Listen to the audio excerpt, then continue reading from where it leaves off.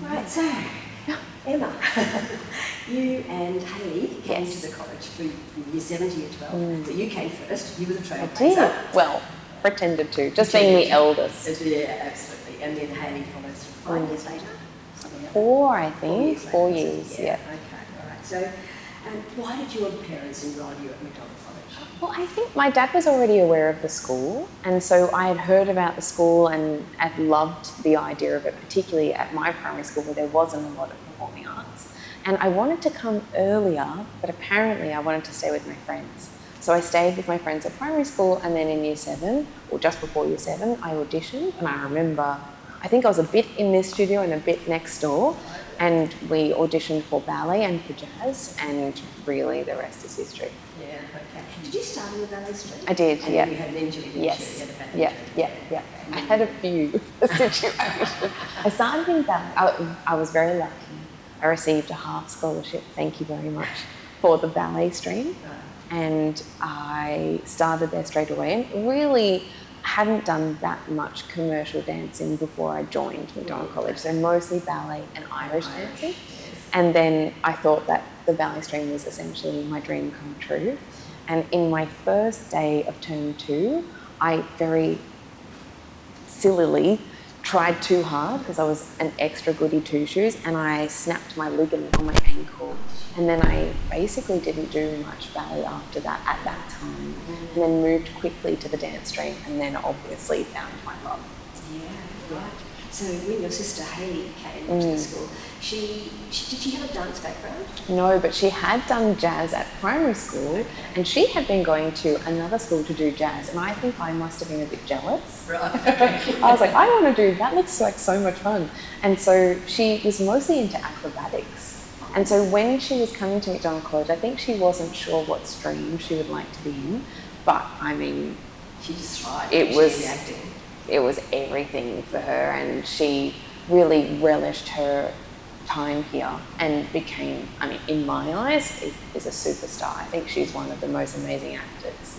But she hasn't had a break yet. Yeah. So whenever that comes, we'll all be here to watch it. Absolutely. Yeah. We'll sing it from the rooftops. Exactly. You've had such a diverse, creative career as a filmer, as a filmmaker, as a performer, and now leading your own brand. Wow, amazing.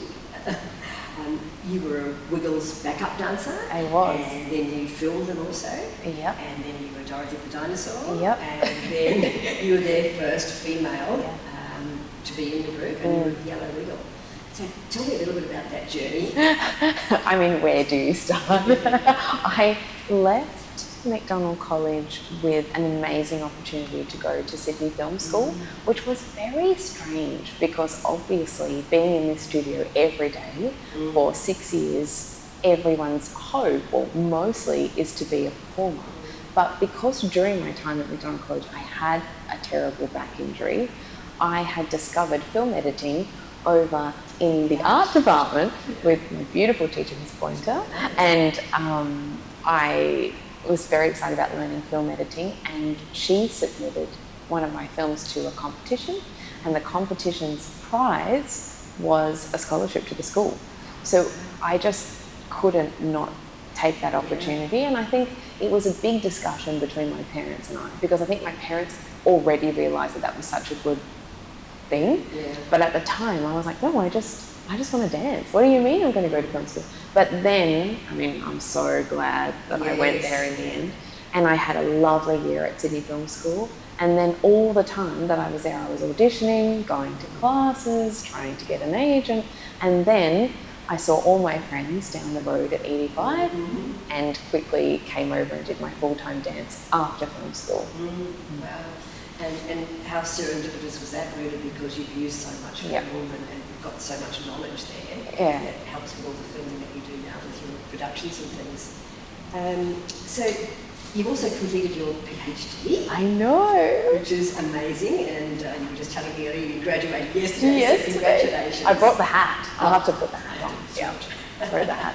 I just I think if I hadn't have gone to Sydney Film School in the first place, I would never have decided to move more into study, I think. I think I would have just tried to dance and then that's it. And that's not saying that that's only one path. It's just that I'm so glad that I opened my mind up to other things whilst I was here, because it was all because I had an injury and I had great support and I really had opportunities to try other things, and I really learnt how to edit film here.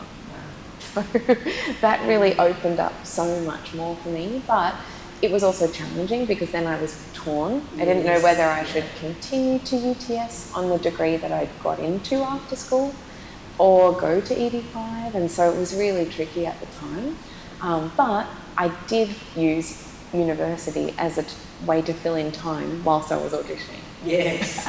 It ended up being more credible than just filling in time. Yeah, but yes. Absolutely. And you were always so motivated and so engaged in so many different projects, and I think that's continued on. It was like that at school. It was. And you've continued that. Multiple projects, and someone has recently said to me, she's like, Emma, if you don't have 10 projects on at the same time, You must be bored. and you're not being productive in anything, then you're better off as a person being productive at multiple things. And I think maybe that's just how it works. Wonderful skill to have, that multitasking, and for your brain to be able to jump from one thing to the next is amazing.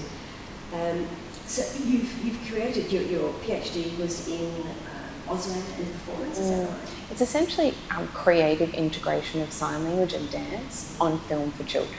So how can we make our media more accessible visually, and how does that help a preschooler, for example? Yeah, which is amazing, just to be able to give that opportunity to children who are hearing impaired, but also raising the awareness of what a beautiful language it is, silent as it may be, but it's still a language, isn't it? And I feel, it's something that I'm sure will be explored in the next couple of years, but through the PhD, we recognise that the research is that anyone who has learned dance from a young age has a very specific skill set to acquire movement, because we're standing here looking in the mirror all the time.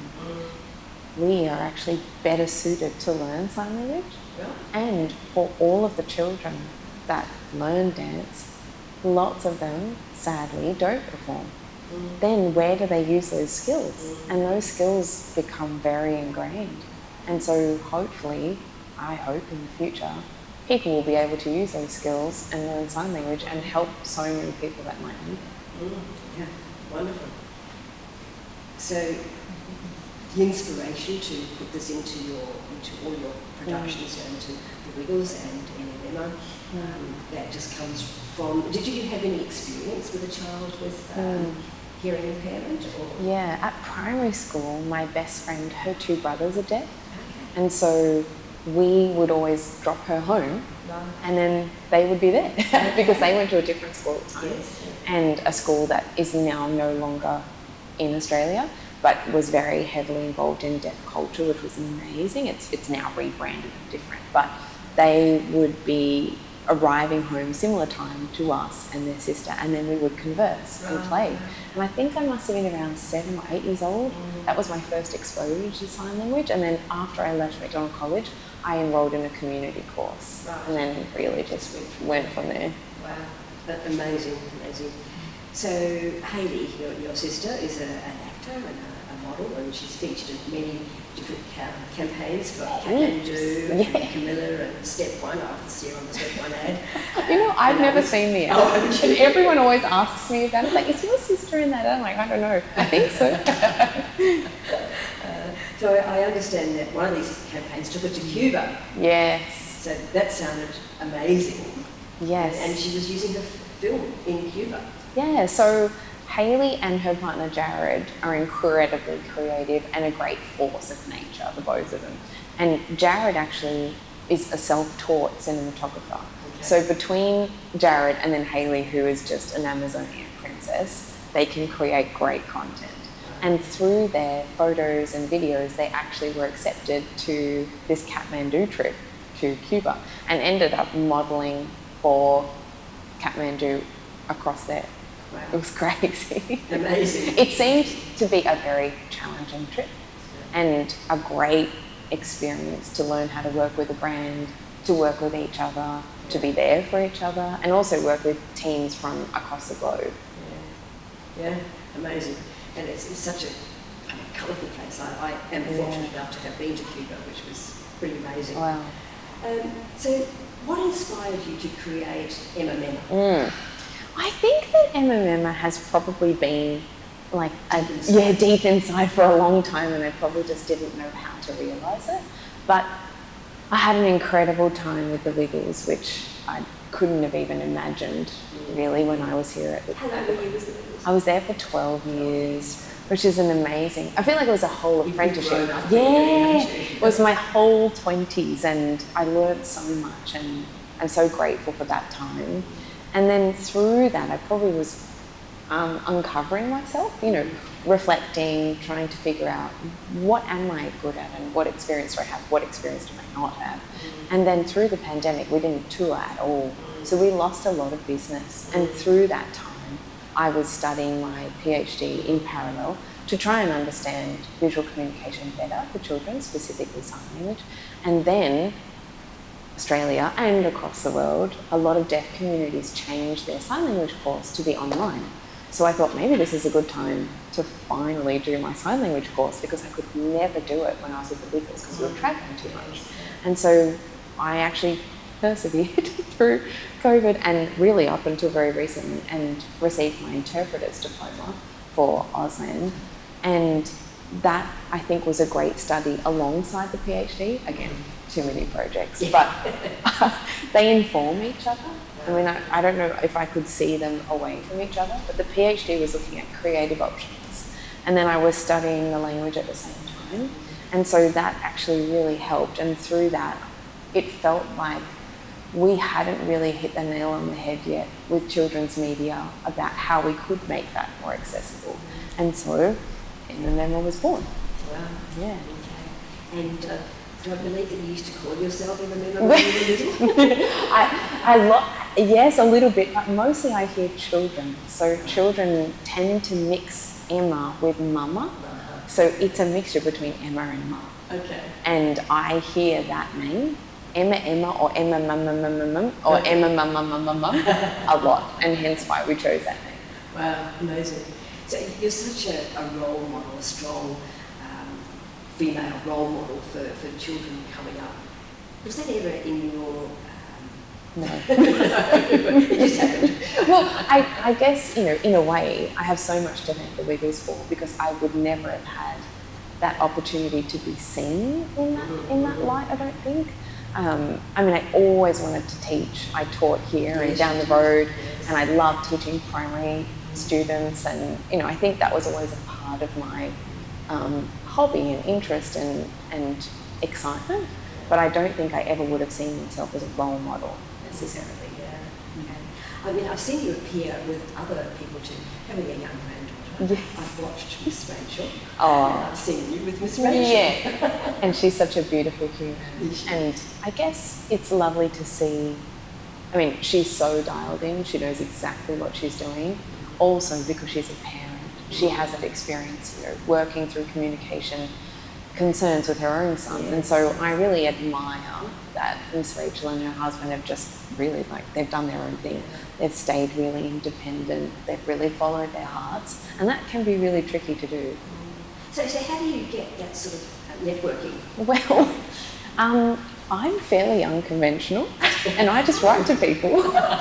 And I think, you spend a lot of time worrying about, how to find people, or having a manager, or whatever. I mean, now actually, all these years on, I don't have a manager, because myself and my husband, we work together, and we have the company, and we know when a collaboration is right or when it's not. But we've had more success writing to people on Instagram, Facebook, LinkedIn than any other approach. And through those avenues, you get to find people personally. And we have made so many beautiful connections, not just with performers from Australia, but overseas as well, just by writing to them. Wow, good on you. you're amazing. I mean, you've got nothing to lose. That's right. They can all just, say no. And I tend to think about, of course, auditioning is such a big part of being a performer, and I definitely felt that slog after I left the college, and I was like, wow, this is what has to be done. It's good because it also made you stronger. Oh, absolutely. You have to do it. And so I think I'm grateful that I had that tenacity to do so many and be rejected from all of them. And I think now life is just a really big version of that. So the more you can put yourself out there, I mean, essentially we're auditioning every day. Yes. And I think that's changed. My mindset has now changed. The audition is not set up for me. It's just that life is a huge audition, and any opportunity, any person could be somebody that you might be working with tomorrow. So that's kind of how I see it. So where do you take your inspiration from? Are you driving down the road and you see a goat? Sometimes. So we have lots of pets, and we live in the country, and I go and feed the goats on my next door neighbour's property because she has a better fence than me, so she's got my goats. And I sometimes, when I go and feed them, I'll think of something and then make a voice note and send it to my husband Ollie.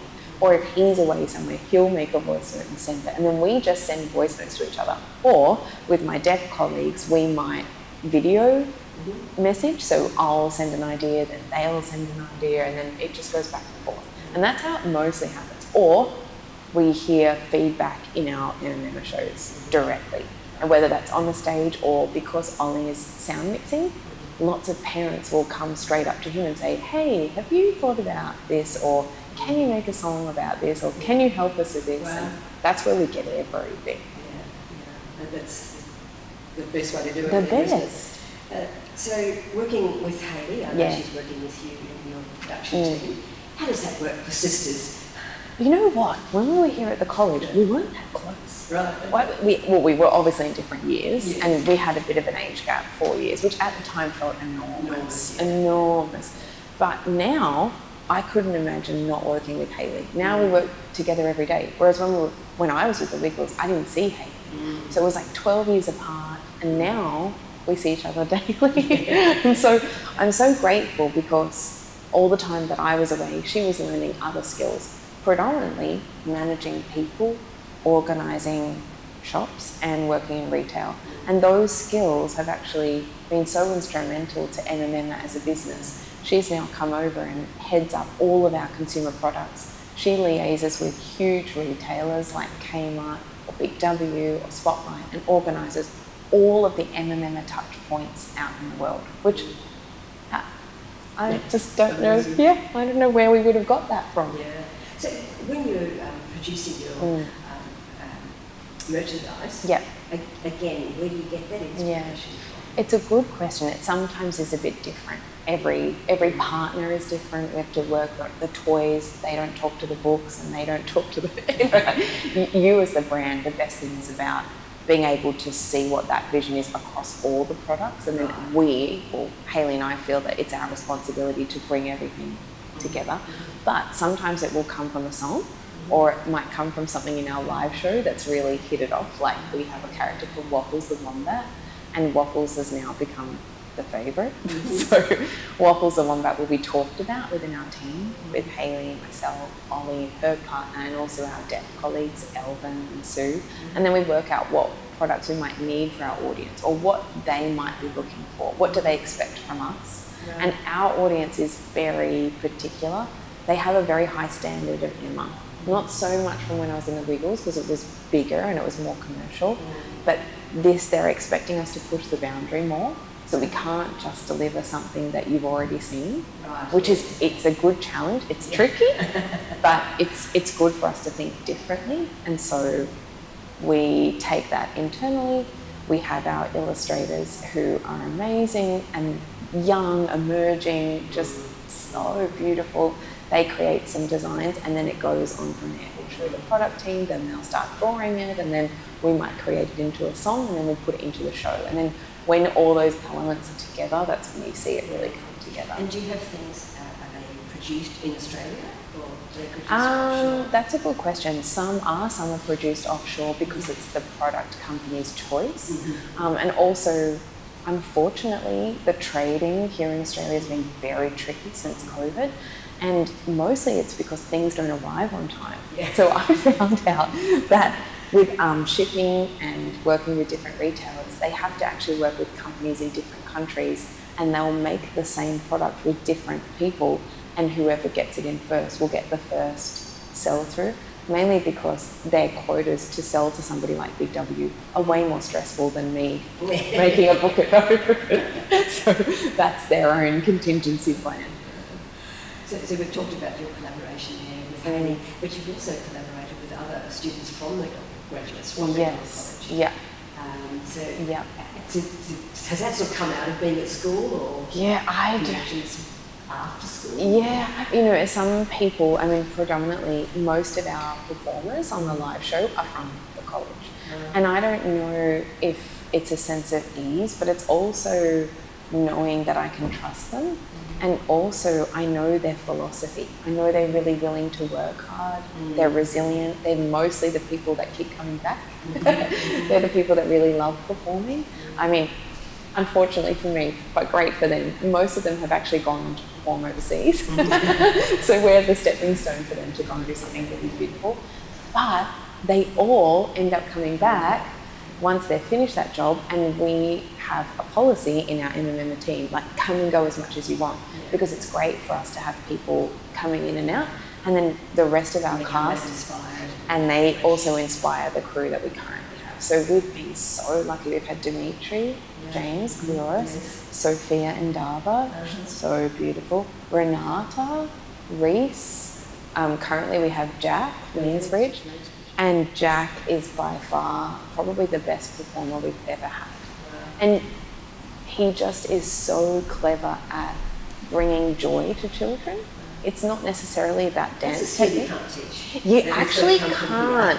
And we had some children perform with us on the weekend in Melbourne, and they're about 10, so we're doing a program with Ready, Set, Dance, which we're looking at children all around the country. And then they join our show for one day. And it's almost like work experience, but they're 10 years old, which is incredible and good for us as well, because they bring our energy up. And the children that were dancing with us, they wanted to know more about the show. And I said, in the wings, when you're not performing, watch Jack, because he is incredible and he's giving a whole story in himself. And that I haven't seen from any other dancer that's been with us in the last 2 years. And he's come through the musical theatre sort of. Yeah. And he's gone away, he's studied in New York, come back, COVID, no work, what do you do? Trying to find himself. He's probably the best performer I've seen. But he's a hidden gem, so nobody take him, because I need him. Don't take him away. Okay, there's one connection that we haven't mentioned, and that's your dad. My dad. So your father, Rick Watkins, has been on our college council for many, many years. But I think before I joined. Was it? Well, I feel like, maybe not. Or maybe he knew somebody. Because he was the one that told us about the school. Right. Okay. Yeah. So he's been our chair of our college council. At the moment he's our executive treasurer, and he chairs the executive finance committee. He's good at that. Money, finance. Yeah, money, absolutely. And I don't know what we would have done without him. He is fabulous. I really appreciate all those hours of guidance and creating documents for us and whatnot. So the pragmatic and boring things Dad's really good at, and I'm grateful that I've had a little bit of an inkling of that knowledge, in my own life. Yes, he's fabulous. We're very fortunate to have had him. So in 2023, you and Harry did the Celebrity Amazing Race. We did. Tell me about that. Well, it's a show that's always really well loved, and we don't really ever think about reality TV shows as part of our day-to-day situation, particularly with Emma Memma.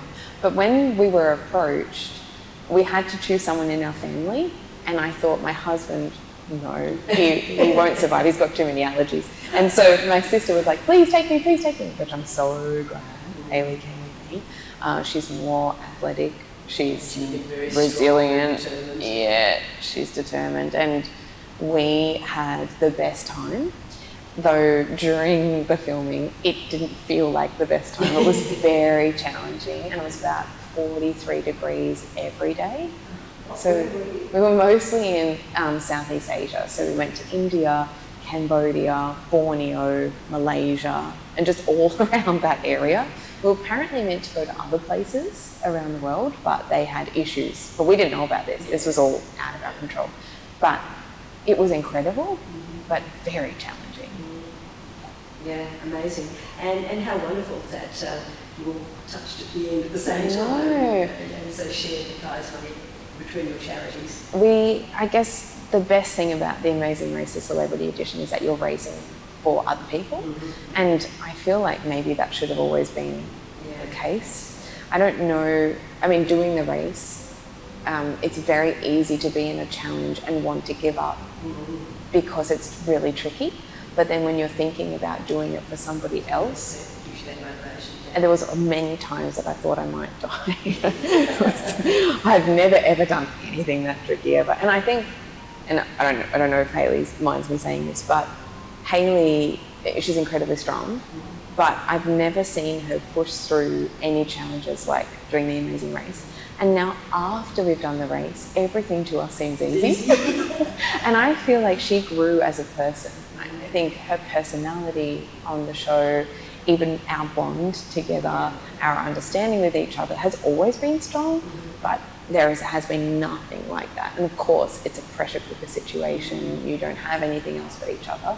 But I just feel like the race has been one of those moments, probably the catalyst for us being probably stronger than ever. Yeah. Just fabulous. I know, I need to thank the race. It wouldn't have happened otherwise. Amazing. So, tell me about what you've got coming up. Yes.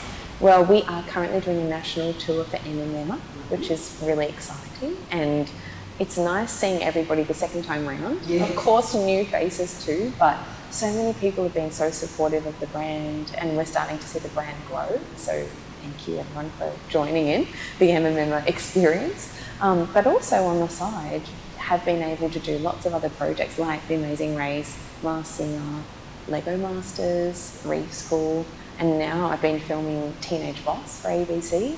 And yeah, it's wild, where teenagers take over the family finances for a month, which I don't know if my dad would have ever let me do it. No. And I'm doing a spreadsheet every day with green and red all over it.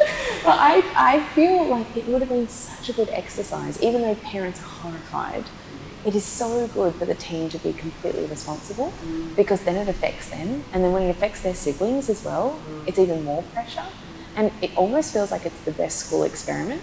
I really saw families change in that month, and the confidence from teenagers at the end of the month feeling like that they could accomplish that was pretty incredible. I wasn't expecting to see that. So it follows 10 families. It's out now, and we are very excited to show everybody, you know, options to, I guess, manage the cost of living crisis that we have. I think too often teenagers just say, I want, and the parents go, oh, I've got to give it to them, which is not the case. And I think it's a wonderful experience. It's amazing. And I think the biggest excitement about the show is that at the beginning, the teenagers don't know, but the parents and myself have worked out what the family spending money is for the month.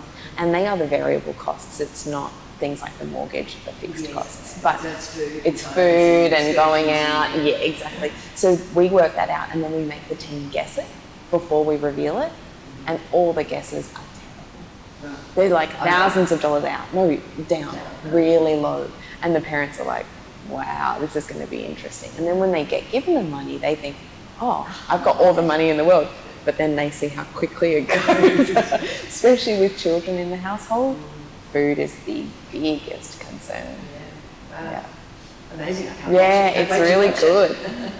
So reflecting on your years at the college, how do you think those early sort of creative opportunities set the stage for where you are today? I mean, everything. And I don't know if it was all the opportunities, but I think it was more the challenges. The challenge that I had here where I was injured and I couldn't be in class, and then the staff actually were very, very good. I only recognise that now, not when I was here, but the staff I've heard that several times. Really? Looking back, you recognise what you actually had now specialised. Exactly. And I was taken down to the kinders to read for them during performing arts because I couldn't dance. So somebody very clever was like, let's not make her watch every dance class. She'll be too sad about that.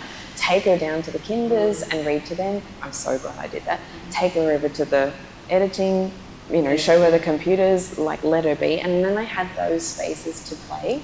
Whereas now, the filming, the dancing and the children is everything that I do. Yeah. That's fantastic. Do you have a fond memory of McDondald days that you'd like to share? Some experience or something that you might have had? Too many. This is probably a silly one. That's right. It's not very. I like silly. It's not very authentic or meaningful. But we were in here learning from Miss Beckett, and when you say here, we're in Studio 137. And when Miss Beckett came, it felt like a light had come into the studio. We were in awe. Like, wow, what an incredible knowledge that we hadn't had before.